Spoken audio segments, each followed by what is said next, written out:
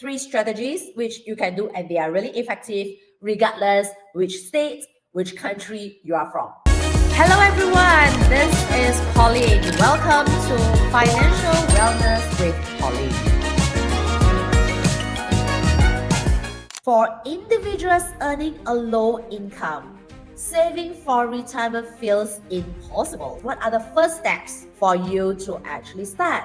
This is where I would always say, if you want to be able to really build up your retirement funds, one of the key things is you really need to be able to grow your money. So the first step is definitely cut down on your expenses. So I said in my previous episode that in order for you to have the money to save up for your retirement and subsequently you can invest them, is to increase your income and decrease your expenses. So the easier thing probably to do right now is decrease your expenses.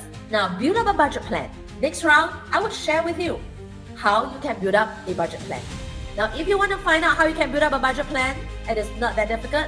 All you need to do is make sure you allocate them into the different jars. For example, first 10%, pay yourself first. Next, 40 to 50% or even up to 60% on your necessities. So this is where you'll find your utilities, your rent, and your food, your transport. These are the necessities. Then after that, the next 10% maybe on your play, some entertainment for yourself, watching a movie, or maybe you like to do your manicure, pedicure for ladies, or some massage or spa. Then after that, the next 5-10% maybe for your education. I always encourage people to put aside money for their education. Always learn, because you are the most important asset. Learn it yourself, find a mentor, read a book. So this is where you invest in yourself so that you can grow your money. And the next 5-10% that jar is to pay it forward. Use it for charity. You can do that.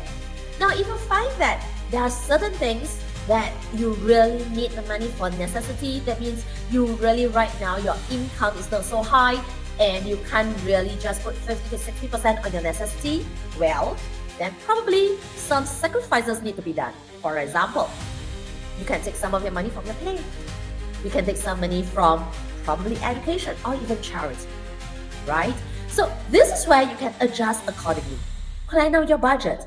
Do it on a monthly basis or a weekly basis to even a daily basis. And once you have a budget, what you can do in lowering down your expenses is track your expenses. It is so important for you to track your expenses.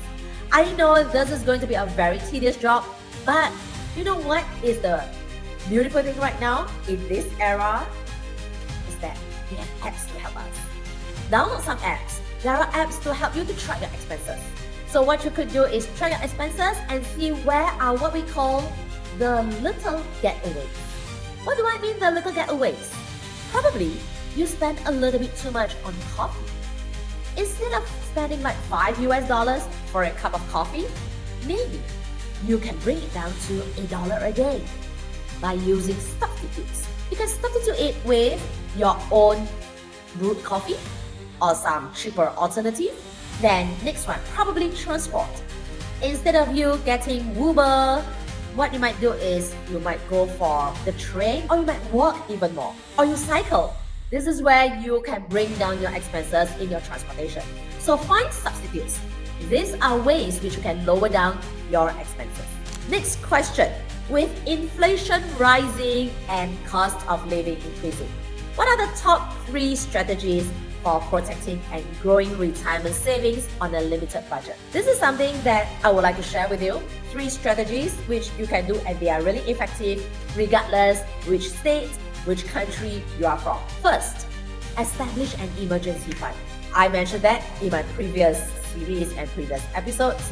Emergency funds are really important. Prioritize building an emergency fund that covers 3 to 6 months of your living expenses.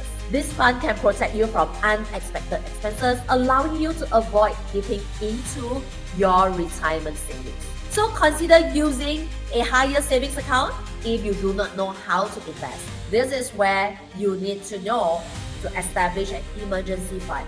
Before you start to invest, the money that you have saved up, make sure you have 3 to 6 months of your emergency funds set aside. Second, maximize contributions to retirement accounts. Contribute to tax-advantaged retirement accounts like your 401k or IRA. If your employer offers a match, aim to contribute at least enough to get a full match, as this is essentially free money. Who doesn't like free money, right? So if you have room in your budget, consider increasing contributions gradually, especially during raises or bonuses. So that's where you need to plan it out.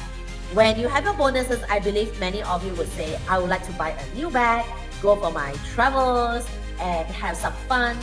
Well, you might want to have this thing called delayed gratifications, where you delay a little bit of your enjoyment.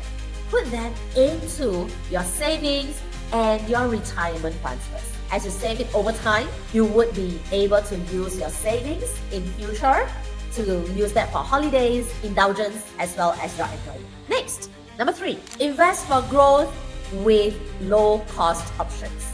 So just now I mentioned about investing. Well, you can get a mentor to learn investing as well. But the next thing you could do is look into low-cost index funds, or maybe the ETFs. ETFs are termed as the exchange trade funds that can provide a diversified exposure to the stock market. Now, these options typically have lower fees compared to actively managed funds, and it's wise to just focus on a balanced asset allocation based on your risk tolerance and your investment timeline. The key to it is, please make sure that you have the right knowledge to do so. If you do not have, get a professional to help you. You can always get a financial advisor to help you to know how to invest and which other funds to go into. So there are many ways, even if you have limited funds, to start investing, to start growing your retirement funds. The key is to start right now. NOW. If you like this episode, share, subscribe, and like my channel. Remember, financial wellness with Pauline.